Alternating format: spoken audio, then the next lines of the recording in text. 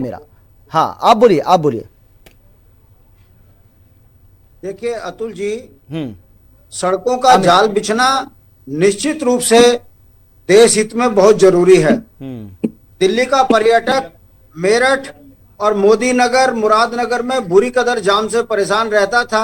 हम्म। उत्तराखंड आने वाले लोग 8-8 9 9 घंटे में यहाँ पहुंचते थे। हम्म। इस चीज को समझते हुए सरकार ने यदि सड़कों का जाल बिछाया है हम्म। तो इसके लिए सरकार को बधाई। हम्म। सवाल यहाँ खड़ा होता है कि जो दिल्ली से पर्यटक पहले 8 घंटे में देहरादून पहुंचता था, वो 4 घंटे में पहुंच रहा है। उसको आज 4 घंटे का उसको राहत मिल रही है। हम्म। मगर फिर सवाल खड़ा होता है कि देहरादून से मसूरी जाने के लिए यदि वो 6 घंटे जाम में फंसता है तो ये समस्या है।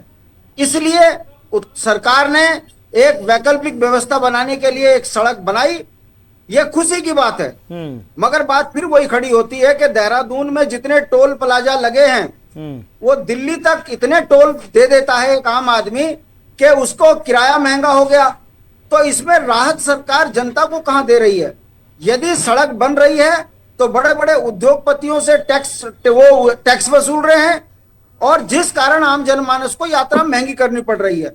ये कैसा राज्य की सरकारें और देश की सरकारें हैं कि रोड टैक्स भी देता है, जब वो गाड़ी खरीदता है तब भी टैक्स जमा करता है और फिर प्रतिदिन सड़क पर चलने के लिए वो टोल टैक्स भी देता है। ऐसे में चारों तरफ से मार जनता क्यों झेलनी पड़ रही है? सरकार जनता को राहत देने को कतई भी तैयार नहीं है। और अब परिणाम ये है उसके सामने कि अब टैक्स के साथ साथ जो जाम देहरादून और मसूरी में देखने को मिल रहे हैं, ये बड़े घातक परिणाम। देहरादून की आबो हवा खराब हो गई है। देहरादून के आम नागरिक का जीना दूभर हो गया है।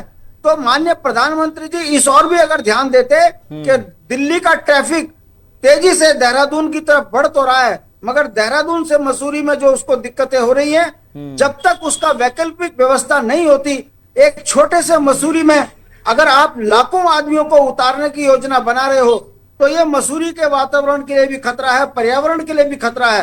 दुर्भाग्य की बात है कि सत्ता में बैठे सत्ताधीश इन चीजों का ध्यान नहीं दे रहे हैं, जिस कारण उत्तराखंड की आबो हवा खराब हो गई है। उत्तराखंड के अंदर आए दिन एक्सीडेंट हो रहे हैं, आए दिन अनेकों बीमारियां यहाँ बढ़ गई हैं।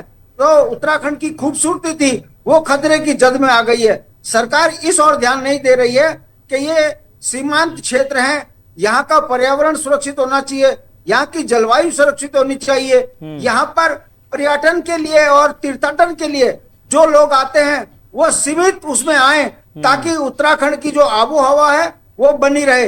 यदि इसी तरीके से उत्तराखंड के अंदर जनसंख्या विस्फोट कराकर यात्रा के बहाने टूरिस्ट को यहाँ बढ़ाएंगे तो ग्लेशियर पिघल रहे हैं, पहाड़ हिल रहे हैं और जिस तरीके की दुर्घटनाएं उत्तराखंड में देखने को मिल रही है। कल ही एक टनल में जो ब्लास्ट हुआ, सारा पानी टनल के अंदर आ गया रुद्रप्रयाग में। तो ये संकेत हैं कि उत्तराखंड के पहाड़ सुरक्षित नहीं है और सरकार मानव विकास के लिए जिस तरीके से कृत्रिम सड़कों का जाल बिछा रही है, ब्लास्टिंग कर रही है, पेड़ काट रही है, यह उत्तराखंड के लिए बहुत घातक है। आने वाले समय में इसके परिणाम जनता भुगतेगी। ठीक है। शांति प्रसाद भट्टी जी, कांग्रेस वाले, अब आप कुछ बोलिए, क्योंकि कुछ कहना चाह रहे थे आप, मैंने आपको बीच में रोक दिया था। बोलिए सर, आप बोलिए। अमित जी, मेरा तो प्रधानमंत्री जी से निवेदन है कि आप मुख्यमंत्री जी और अपने मंत्रिमंडल को निर्देश करिए कि वो 4 धाम के हमारे जो पवित्र धाम है उनके कपाट खुलने वाले हैं, ठीक नहीं है।